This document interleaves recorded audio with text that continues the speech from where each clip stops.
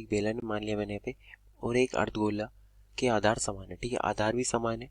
यहाँ पे देखिए यहाँ से इसके जो आधार है वे भी समान है और ऊंचाई भी दोनों की बराबर है। देखिए मान लीजिए इसकी ऊंचाई मैंने मान ली यहाँ पे आर है, तो इसकी ऊंचाई भी यहाँ पे आर है। ठीक है, इसकी ऊंचाई आर है क्योंकि यहाँ से यहाँ तक की जो त्रिज्या होगी वो अर्धगोले की त्रिज्या हो जाएगी, ये भी त्रिज्या होगी आर, और यहाँ से यहाँ तक की वो भी होगी त्रिज्या आर होगी। ठीक है, इसकी ऊंचाई भी आर है।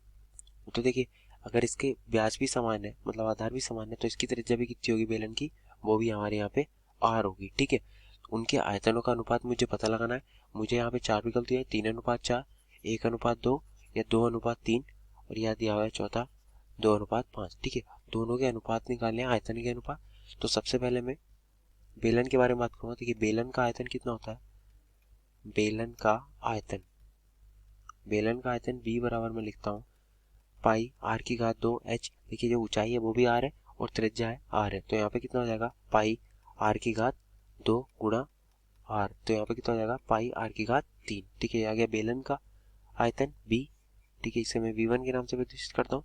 देखिए आप करते हो अर्धगोले का आयतन, तो अर्धगोले का आयतन कितना होता है, गोले का आयतन का आधा, तो यहाँ पे लिख देता हूँ अर्धगोले का आयतन। ठीक है, अर्धगोले का आयतन को मैं v2 से प्रतिष्ठित करता हूँ। ठीक है, v2 से प्रतिष्ठित, गोले का आयतन होता है 4/3, इसका हो जाएगा 2/3 पाई आर की घात 3। अब देखिए यहाँ पे इसकी त्रिज्या तो बराबर ही होती है चारों। ठीक है, त्रिज्या कितनी है आर, तो आर की घात यहाँ पे कितना हो जाएगा 3। तो मुझे क्या ज्ञात करना है इसका आयतनों का अनुपात, तो मैं लिख देता हूँ v1/v2 मुझे ज्ञात करना है बेलन का आयतन बटे अर्धगोले का आयतन बराबर कितना हो जाएगा पाई आर की घात 3 बटे 2/3 पाई आर की घात 3। देखिए यहाँ पे पाई आर की घात 3 से पाई आर की घात 3 कट जाएगा, 3 ऊपर चला जाएगा, तो यहाँ पे b1/v2 कितना आ जाएगा, b1/v2 बराबर कितना आ जाएगा 3/2। ठीक है, ये मुझे याद करना था, तो मैं इस प्रकार से लिख सकता हूँ b1 अनुपात b2 कितना आ जाएगा 3:2।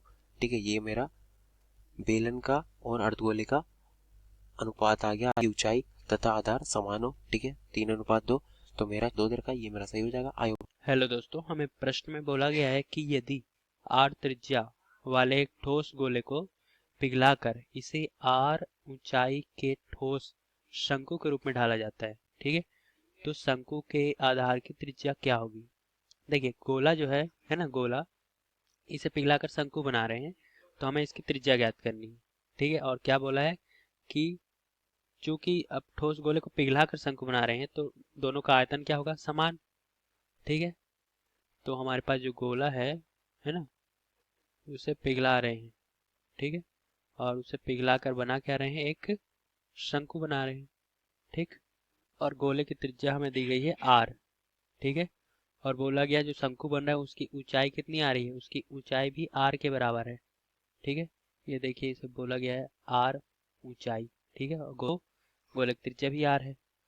ठीक, तो हमें ज्ञात क्या करना है, इस शंकु की त्रिज्या क्या होगी। ठीक है, इस शंकु की त्रिज्या ज्ञात करनी है। तो यहाँ पे हम मान लेते हैं, ये शंकु की त्रिज्या मान लेते हैं r1। ठीक है, इसकी त्रिज्या को r1 मान लेते हैं, ये हमें ज्ञात करना है।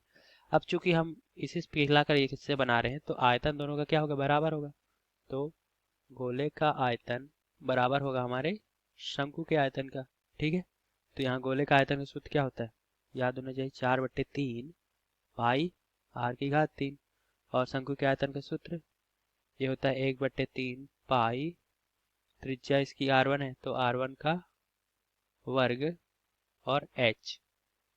ठीक, तो पाई और पाई तो यहीं कैंसिल हो गए, कट गए, तो 3 और 3 भी कट गए, तो यहाँ बचा क्या 4r की घात 3 बराबर, यहाँ पे बचा r1 का वर्ग।